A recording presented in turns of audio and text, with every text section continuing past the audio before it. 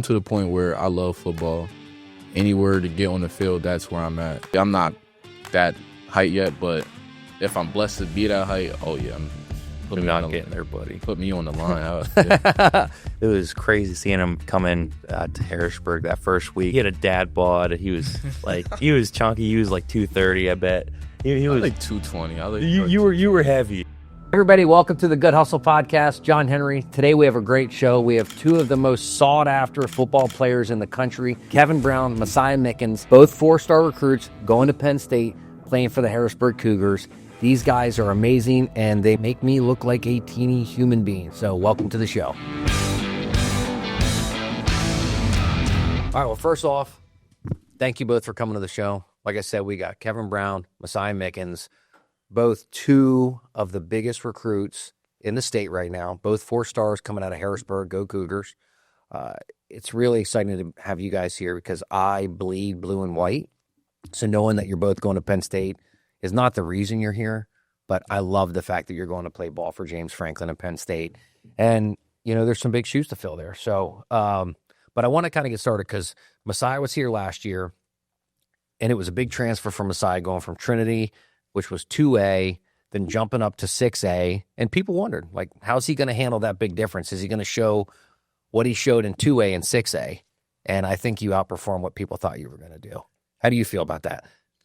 I remember telling you, I was like, I feel like when you can ball anywhere. So honestly, it was just me believing in myself and proving it to myself, knowing that I can play anywhere and play anywhere in the country. But I give all my credit to the coaches at Harrisburg. Them just treating me like I was already at home and just give me the opportunity just to keep building with the program and just doing what I'm supposed to do and just be the player that I am. So yeah, because it's a big jump. I mean, I've had my nephews went from playing single A basketball to going to Cedar Cliff and starting playing 6A basketball. Yeah.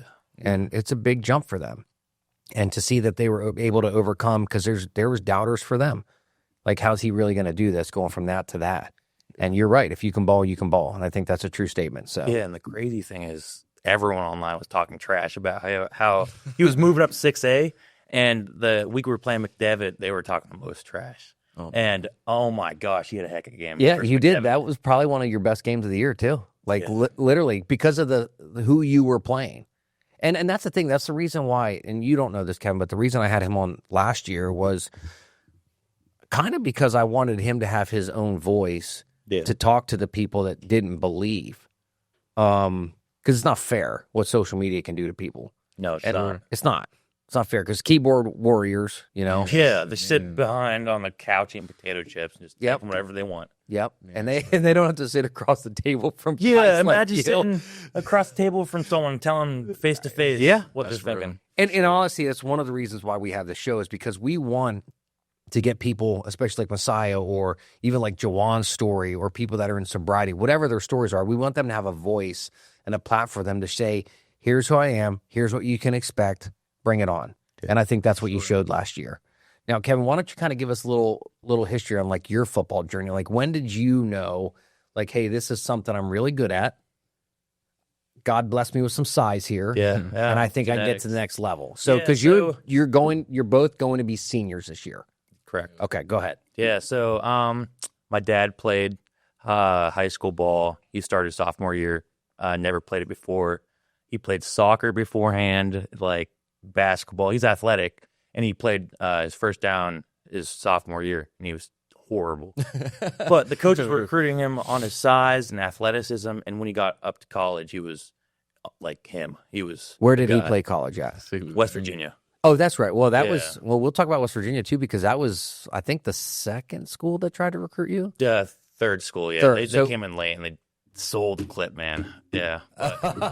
So and I actually was doing some research though, because you were getting recruited as before freshman year or during your freshman year is when you first started getting really recruited. Yeah, during freshman year. I started playing only in 8th grade. Yeah. That's when I started. My dad held us back just because, like, you don't gain anything when you're playing when you're young. You just head injuries and stuff like that. So, like, I started 8th grade year, played DN and tight end, had a pretty solid year playing for Coach Rowley, our freshman coach. Love that guy.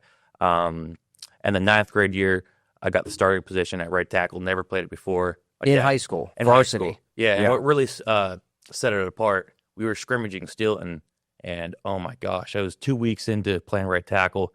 I got fried, like pulled. I was on my face. He wasn't there to see it, but I was like 205 pounds getting fried. And my dad took me aside for like 2 weeks and just trained me, and like. Was it hand work? Was it hand feet work? It was everything. I was kicking like this, and like I didn't know what to do with my hands, my feet. I didn't understand the concept of tackle, of offensive linemen. Like these guys who ragged on these offensive linemen in the NFL for being cheeks. It's so hard. I can't. I mean, this is it is like the biggest ground war in all of sports. It's crazy. I mean, it's nuts to be there. Like just to watch what goes on in the offensive line all day long. Like people. When people are watching football, most of the people are just watching defensive backs, or watching linebackers, watching running backs, quarterbacks. Yeah, no one watches the O-line but their dads. Yeah. No one. Yeah, but if you literally look deep into it, you're like, man, that is some just brutal warfare in there. And it's like, and there's stuff that you don't see under those piles where it's like people getting punched and like, you got to be competitive like that. Miles especially. Like, that's grabbing fingers. Hey, I got to fight. If I fight dirty. I'll bite. I don't care. No. Yeah. Hey, everybody, I wanted to talk to you about A+ Mortgage Solutions. They're one of our sponsors, Jeremy and Angie McMichael, not a couple, but they're phenomenal. They are great lenders. They have worked with hundreds of buyers on my team over the last couple of years. If you need help with a mortgage, whether it's a HELOC, a mortgage, anything, any questions you have, refinancing, check the link below. Their information is there. Now back to the episode. But so what do you think was one of the, because for both of you guys, what was one of the biggest growth, moments in your career? For you, maybe it was last year, because why don't we talk about what happened to you? Okay, so last year's your junior year, and you missed a big section of the season. Let's talk about what happened there. Oh, so we get off playing LaSalle, like huge loss. We were in it at halftime. Oh, that was the first game. First game versus LaSalle. We sold at halftime. It was like 10-7. We were down by 3 points. We're coming out, and the guys, cramps, everything. We sold. And then we go into Bishop Devitt week, the greatest week of practice that I've ever been a part of. Because LaSalle was a big disappointment for you guys. Huge. I hated that loss. I watched that game. Yeah. I just feel like that loss doesn't show what our team was. No, not at all. And that week of practice for McDevitt, like we practiced our butts off every single day. It was competitive. People were getting into fights. We were breaking them up and stuff. It was awesome. Like that's what we play football for. Yeah. And then Thursday, 2 days before we play Bishop Devitt, I break my foot. I do a rip move, and my foot cracks. I'm like, oh my gosh, something's wrong. We go over to the ER, and I get the scan, and it's broken. Like just this rush of emotions come over me, and like I'm mad, frustrated, I want to cry, and like I was crying. Yeah. I mean, like, teammates cry before most players will cry. And it's not even because I want to play; it's because I'm letting my team down. Yeah. For Bishop Devitt, and so I get the next practice. News come out, I can't play. And just supporting the team. We get there Saturday, and the energy is crazy. And we just come out there and just dominate. It was at home, too, right? No, it was away. It was the craziest game. So right down the street. For sure. Yeah, first time we've played him in so long, and it was crazy. And you won. Won in overtime, double overtime. Yeah, I remember this. Oh, my gosh. And I was on my broken foot, hopping onto the center field, like, yes, we won, let's go. And, like, the teammates around me, celebrating the win. It was different for sure. It was my favorite one of the season, even though I didn't play. Yeah. So do you think that the injury, so let's talk about, so basically you have your injury and then you run through rehab. Yeah, so you mentioned Coach Haar, Jesse Haar. Do you think he was a big part of your strength and conditioning to get back on the field? Oh my gosh, yes. Like I couldn't have done it without him. And like my family too, they're beside me. Like just all of that. And Coach Haar especially, he's the guy. Like my Penn State, one of the Penn State coaches, his nephew, he wanted him to get trained by Jesse Haar, and Jesse Haar was busy. No doubt. He's the guy. Crazy. And like Coach Haar, even though my foot was broken, he had me doing all these exercises. It was some of the hardest workouts I've ever been a part of, even though I'm injured. Like I'm doing so many crazy things, doing balance ball stuff, like med ball stuff. I remember we had a squat rack. we had these rubber bands connected to these plates while I'm on a med ball, and I was squatting, get my foot and stability back. It was crazy. Was it 8 weeks that you missed, or was it 6? I forget. No, it was like 12. Oh, you missed, but you got in for playoffs then? From Came but back, it was the second week of playoffs. That's right. It was Okay. that Okay. big stretch, and that week of practice, I get cleared Wednesday, and I have 2 days to practice, and it was like electric. Oh my gosh! But yeah, that adrenaline, I bet, lasted for at least 48 hours. It lasted for like 2 months. Like, it was crazy. You're just now coming down. Yeah, just now coming down. Yeah. So, I mean, do you think that was a big like breaking point for your career this year? Because it's like, hey, I wasn't able to be there, but I got to get my mind right. Like, because a lot of times when these injuries happen, players can take a step back. Like, let's go with like J.J. McCarthy. So I'm a big Vikings fan. Yeah. So he went to Michigan, not a Michigan guy. Obviously, I'm a Penn State guy.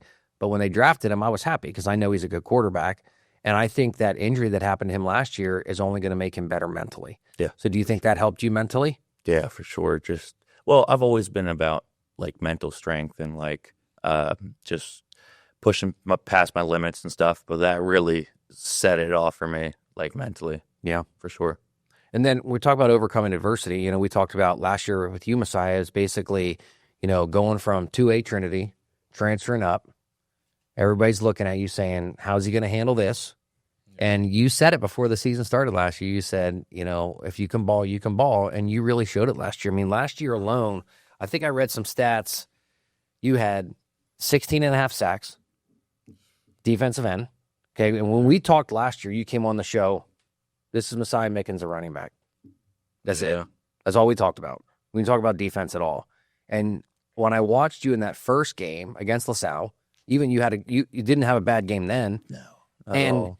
And I kept watching you throughout the year, and I was like, dude, he had over 80 tackles. Like, how did that affect your playing, like both sides of the ball? And like, how did you feel on defense this year? Like overcoming that, like, hey, I'm not going to be able to do this at 6A, and then just showing like I can dominate both sides of the ball. Honestly, I wouldn't even say it was me, but half of that's Coach Hart, man. Just to knock back on him, he's just the coach that like every player wants in their circle for sure. He brought that side out of me that I knew I had, but I just never got the chance to produce it because, you know, I was busy playing running back at Trinity. But he always knew that, like, I had that side that I could play defense because that's what I started playing when I first started playing football. So, but, yeah, man, he brought that different side of me that I knew I had, but other people didn't. So I'll give that credit to him for sure. Yeah, and I think it's really big, especially, and I love when you can pinpoint like a specific coach, say, hey, listen, like this guy really, really helped me move forward because I coached sports, which you don't know this, for 13 years. I coached basketball. I coached flag football. I loved it, but it was trying to bring out the best in each kid. Like and every kid has to be coached differently. Like there's not always one style for every person. It's just not the way it works. And if I could be realistic with each kid and think like, how can I help this kid individually? And from what I'm hearing, this Coach Hart is literally just there to, because even like Juwan says, like, this strength that we have to deal with now, and like, because the speed of the game from 1980, say 1995 to now, it's different. Yeah. Like it's fast. And if you're not strong and you're not protecting your joints, if you're not eating right, it can all go downhill real quick. So having a guy like Coach Hart is huge. Yeah, don't get it wrong. He's not nice. Oh, I believe you. No, I believe that. Yeah, not like he's not supposed to be nice. I was so scared of him 8th grade year training with him. I was scared, man. We call him Monster. Do you really? Yeah, it's called so I need to have Monster. him on here. I just want him to scare me straight. He'll be great on this. Yeah, he definitely broke me down a couple times. But I just feel like when a coach breaks you down, you also create a bond through that. They're not doing it because they don't care. They're doing it because they care. Yeah. Like, that's just how that is. If they didn't care about you, they wouldn't break you down and try to build you back up. They just let you go do your thing. Mm-hmm. I do want to talk about a little bit about the recruiting. So we did talk, like you started getting recruited in freshman year. I saw some of the early ones like West Virginia, Syracuse, but you also had offers from like, let's say Florida, Florida State, Alabama, Auburn, Tennessee. How did that process work for you over the last couple of years? And ultimately, like, I want to get to why Penn State, and I want to talk to you guys. Basically, these are the same questions because you've been getting highly recruited. And how did that recruiting change for you over the last year, especially? I know you'd already committed to Penn State, but how did that recruiting change, especially with you showing that defensive side on the ball too? Honestly, just knowing where I wanted to be, it was a no-brainer for me. Me having a circle full of Jay Hill, Michael Maldy, guys that made a big impact upstate college. It was a no-brainer for me. They showed me around just what Penn State is. It's more than football. It's a family. It's love. It's just they treat me better than any other school for sure. For me, it was more than the facilities, than the jerseys, than the environment. It was more about football lasts a short amount of time of your career. So what can you make out of it? What can you provide for me after football? For sure. And I feel like they gave me the best chance to continue my life on after football for sure. And how do you think they did that? Like, what are some of the things that you can pinpoint that was like, hey, this is something I can see is going to really help me next level? Just things like you look at the alum, and then not to go back on Jay Hill again, but like you look at him, his path, he played in the NFL, but when a guy plays in the league and wants to come back to his alma mater, that speaks volumes.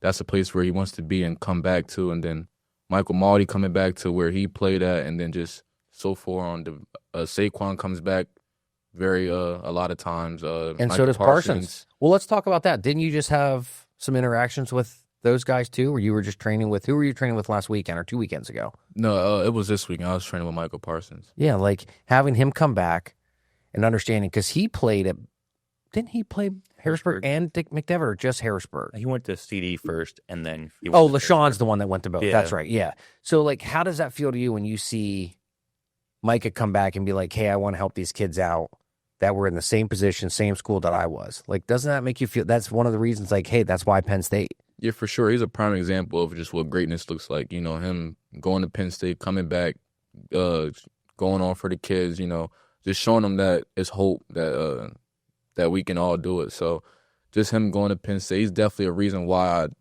I didn't tell him that, but he's definitely a reason why I chose Penn State, us having the same path. Yeah, for sure. Yeah. And what about you with your recruiting process? How did that look for you? Especially because it's a lot different now than it was 10 years ago, especially with NIL stuff. Yeah, Coach Trout, I went to camp going to ninth grade. I went to 2 camps that year, and he coached me, and I worked with him, and I really liked him. And then playoffs come, State College. He offers me right before we play State College in the semifinals, and it was huge, and that probably really set the tone. He believed in me, and I was 215 at the time. So you're 270 now? No, I'm 285 now. Oh, so you jumped from that article I wrote, you were 270. No, they're so cheeks at writing these articles. They gotta get up to date. I need to get up to date on the words, Yeah, dude. I have Cheeks, on my- I don't know this one. So I have on my Twitter, I'm 290. So like these news reporters gotta start writing correct info. I'm 6'5.5" now. Come on now. Yeah, stop. they give you that half Yeah, inch, right? the half I'm inch. 5'9.5". When I was single, I had to use that on my eHarmony because nobody wants to use 5'10". You gotta do 5'10". Just go to 5'10". Yeah. Make sure you wear like a little inserts in your Yeah, shoes little or insert. something. Okay. I'm married now, though. I love you, Taylor. Yeah, but he believed in me. I was like 6'4.5", freshman year, 215, and he believed in me. That really like stood out to me. And then Syracuse offered, and then West Virginia offered, but like I didn't really feel like those were real offers because they didn't even know me at the time. They just offered because Penn State offered. Feel weird, like they just get a letter from somebody just because they heard about you, It's like like they've never even seen you. Yeah. Like that happened to you. Mm-hmm. Like I wouldn't feel. I would literally, me, which I've never had this experience, but I think if I were there at your shoes, I would just push that to the side and be like, that's not the one. Like automatically, I would just go past them and never look back. Yeah, I didn't really look. I don't think kids really understand that, and I don't know if it was like this for you, but so I have how many offers you have? 24, I think. Yeah, so I have 32. To be honest, you don't talk to half of those schools No, that we offered don't. you, and I just feel like for kids, I feel like they shouldn't focus on offers. I feel like you should focus on a school that puts their time into you more, because that's the school that obviously wants you the most. It's not about all the glamorous. It's about will you play. Life after football, I just feel like you should focus on that a little bit more than just chasing offers, for sure. I agree. Because obviously with the NIL and modern day recruiting, it's a lot different than it used to be. Oh, man. Right? For sure. Yeah. And how's that affected your recruiting at all for you? Honestly, for me, it didn't affect it at all. Because Well, a little bit, honestly, because I talked to some of the Penn State players, the third string guys and stuff, and I was seeing if they got paid, and they're getting paid even at third string.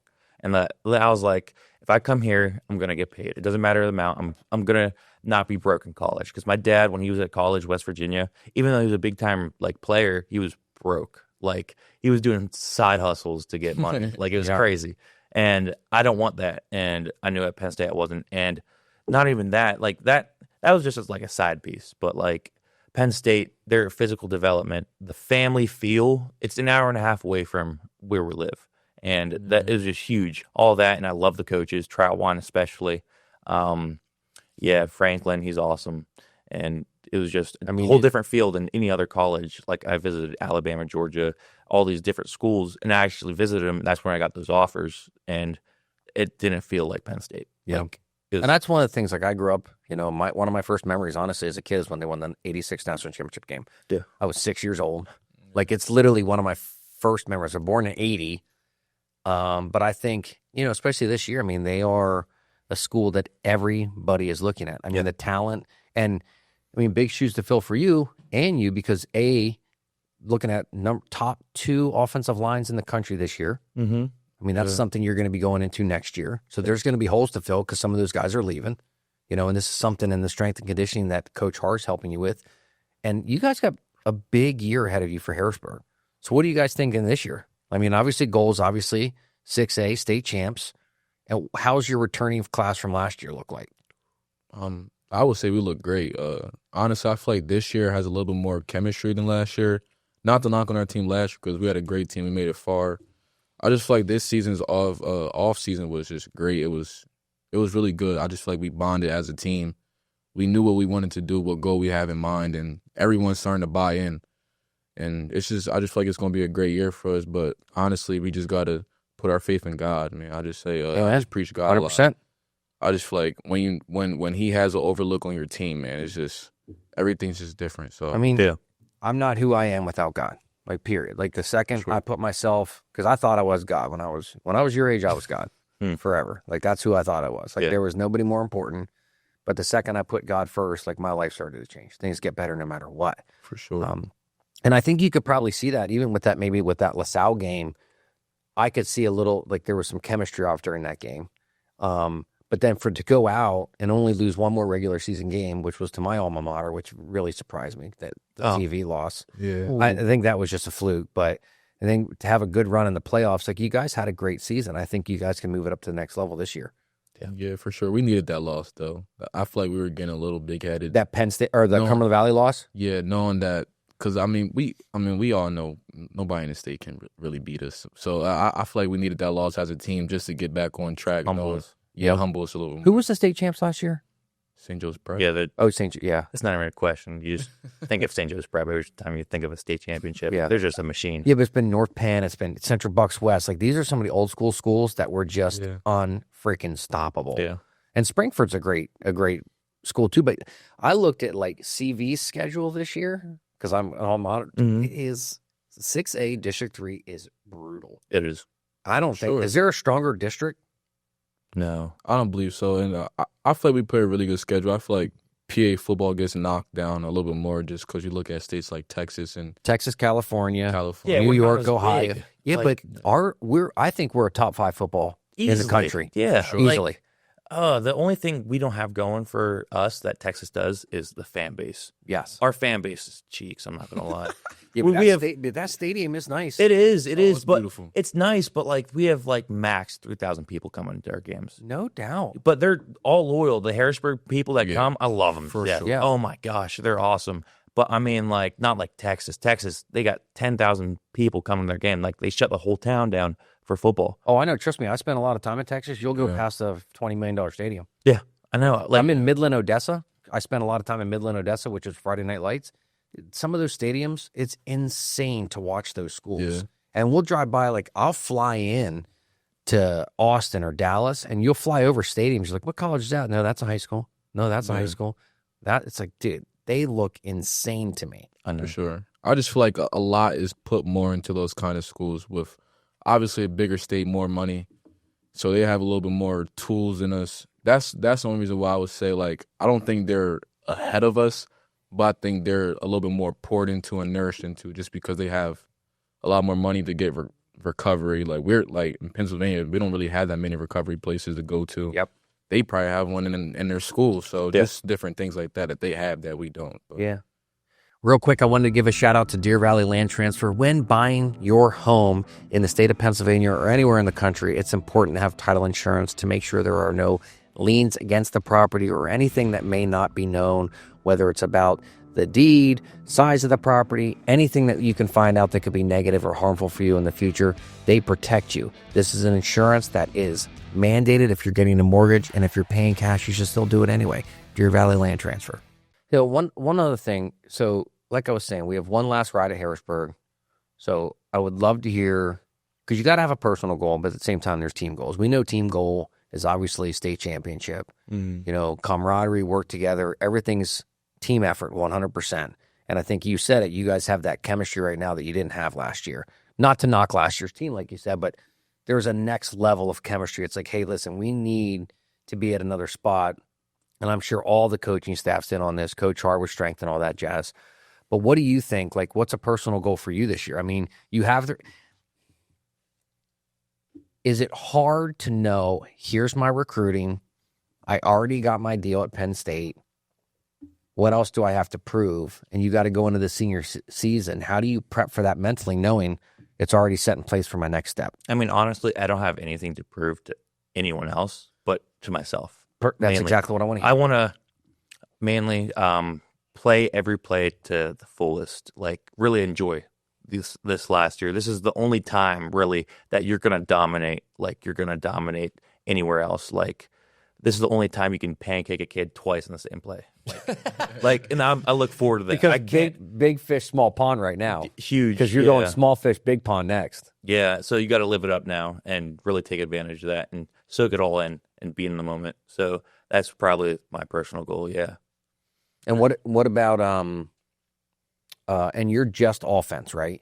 No, I play both ways, so it's even harder. Defensive tackle then, or defensive tackle, and I'll play like 2 reps at defensive end. So. Yeah, because so what about you this year? Because I mean, obviously, and first of all, I do want to say something. So, kid's a junior last year. Okay, Messiah. I'm going to speak directly to the camera because this is the stuff that makes me want to cry thinking about like your successes. Okay. So goes in from Trinity, Jay Hill, who is a huge part of your success, going over to Harrisburg, people talking smack online, trying to, you don't want to read it, but you read it. It's hard not to. Oh, people don't think I read. I read everything. I'm going to be honest. I do. I do. But it's fuel. But no, I just have a strong mental. I mean, I feel like my dad instilled that into me early. Just, they hate you, they love you. Just, it's normal. I mean, you expect that if you want to be in the rooms you want to be in, there's always going to be somebody down. The people that don't like me, I don't understand, but they don't like me. I don't like, and I know I'm a weirdo, but whatever. But, and I think, and having that, like your dad, like I loved when I got to meet your mom and dad last year. It was awesome to have them here. Appreciate it. But you go from AA to 6A, play both sides of the ball, and then as a junior, Gatorade High School Football Player of the Year. What was, because we wanted to talk about that. I wanted to bring you in right after you won the award, but let's talk about how that felt, winning that award as the best player in PA. Yeah, it was nobody but God. He just, me just being big on my faith and just being mentally strong. I just feel like nobody could stop me that year. Just me being patient. I feel like patience is everything. Just me knowing who I am and just waiting for the time to come, and just me thanking Coach Hart just for allowing me to play defense, because at first it was a big discussion that when I first got there I was going to be strictly running back. But, Coach Hart was just like, he's like, this kid's too talented not to play both sides of the ball. And then, we had conversations. I was just like, when you're as good as a player as you are, like, you always want to make an impact, whether you're on special teams, offense, or defense. I just feel like when you're at Harrisburg, if you're a dog, you play both sides. Yeah. For sure. So, and I think that's important. So let me ask you a question, because I don't know the answer to this one, obviously, is what did Penn State think, coaches think up there watching you move from 2 to 6 and playing both sides of the ball? Was there any talk or discussion about that at all? Oh, Coach Frank loved it. I mean, he loved really? The defense. Yeah. I mean, because he believes in the same thing as I do. That's why I want to play for him. It's just, when you can make an impact anywhere, you should do it. You shouldn't feel scared or you want to protect yourself. I love football. I mean, I play football without the money, without the chains, without the. So I just love it. So that's why I play both sides for sure. Yeah. I want to tell you, I just met Zane like 3 weeks Durant? ago. Oh, Dude, his thought, dude, that guy. he's huge. And he, to be honest with you, I think he's underrated when it comes to how they looked at him last year. Like, For his sure. stats were sick. He is an insane man. He is super talented. That defense, I sat front row behind SMU's bench last year. I took up a kid that works for me, Dalton. Him and I went. It was cold. It was cold, but you didn't feel it. Like, it was just like, and it was whenever, and I got to meet DeLuca and his dad. Mm-hmm. And when DeLuca had that pick six right in front of us, the first one, then he had that tip one right in front of us as two. But watching that pick six, watching Zane playing that game, Abdul Carter making adjustments, and just watching Drew Aller, and I mean, you got shoes to fill with. Singleton and Katron is a beast. Like, those two guys are insane to watch in a backfield. For sure. I mean, the rankings of offense, defense throughout that entire team, running backs, wide receivers, and now they got wide receivers up there. And I got to meet Drew Aller, which is a really nice guy. That guy's tall as anything, too. He looks like he's huge. He looks like a baby. Like, he looks so young. Yeah, in the face, but he's Dude, he's big. a beast, though. Yeah. But so they watch you play both sides of the ball last year. Does that change anything about expectations when you go up there? Like, any thoughts of changes up there, or is it I'm running back? We haven't had those conversations obviously yet, but you know, I'm to the point where I love football. Anywhere to get on the field, that's where I'm at. Obviously, I'm very talented at running back, but obviously in high school it's a little more easier because it's just, you know, their cheeks, as Kevin would say. But it's just this term. Yeah, it's just, you know, to be a DN at college, 6'4", 6'5". Yeah, I'm not that height yet, but if I'm blessed to be that height, oh yeah, You're not getting there, buddy. Put me on the line. Yeah. Well, how tall are you now? 6 or 5'11"? I'm like 5'11". Yeah. Yeah. What do you weigh now? I'm 210. Yeah. I think that's beast mode, though. Yeah. Especially behind a line. Yeah. Ooh. Yeah, I don't want you running at me. Yeah. It was crazy seeing him come in to Harrisburg that first week when he first transferred from Trinity. I didn't think he had a dad bod. He was he was chunky. He was like 230. I bet he was like 220. I was like, you were heavy. You were. Heavy. I was pretty big. I remember seeing him and I was like, Yeah, you look different than when you were on the show last year. yeah. You do. It was definitely bulky. You look different, and you honestly sound a lot more mature. I appreciate Like, that. no, I want to say mature. You sound more. What's the word I want to say? You're much more well spoken. Like, I can see you've grown up. And not that it was a negative thing before, but I can really show that there's been a lot of growth in you mentally and physically since you were here a year ago. Appreciate that. And I think we can, we'll just throw Coach Har, whenever we just throw him out there again, the monster. Yeah. Let me try to, I want you guys to talk. Like, if there was something you could tell 12-year-old kid in Harrisburg right now that looks up to you, because you know kids are looking up to you all the time right now. Right. Is there something you want to say to one of those kids? Like, here's the stuff you should focus on. Don't let things bother. Like, what could you say to some kid right now that you think could be really helpful for a kid in Harrisburg? Probably just get your sleep. Like, get some sleep. They go to bed so late, but honestly, Man, my niece, my sister said yesterday, she's 14. I'm going to take her phone. She's on the phone until 4 a.m. every night. yeah, you got to go to bed and get some sleep. REM sleep, baby. But honestly, just work hard, work your butt off. Going D1 is not easy. And they tell us, like a lot of people most likely tell you too, they tell us just it was gifted and we're gifted athletes. And sure, we're blessed by God with our genetics and stuff, but it doesn't mean we didn't work our tails off. Yeah. We worked so hard. Damn. They don't see that ever. And it's crazy. These kids come in with expectations they don't have to work hard, then just be the guy.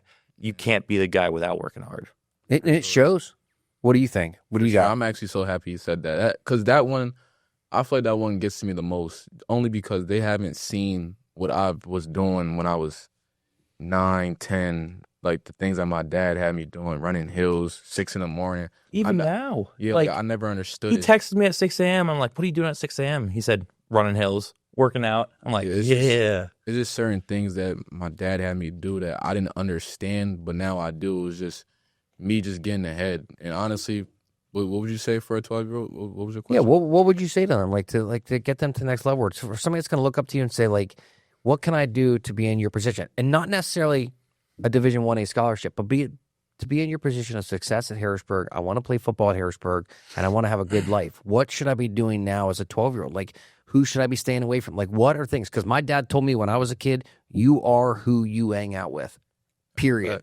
And I became a drug addict. Guess who I hung out with? Drug addicts, Yep. period. So tell me. For one, I would just say, oh, well, this is for me. I would say trust in God always. Put him first. And two, I would just say patience. I feel like people overlook patience. I just feel like when you have patience, I feel like nothing could really steer you wrong because you're just looking at your path and your path only. And I would just say, yeah, just those two. When you trust in God and have patience, man, I feel like nothing could stop you for sure. And another thing, don't compare yourself to others. Yeah. Comparison is the thief of all joy. Yeah, you knew who said that on the show first? Who?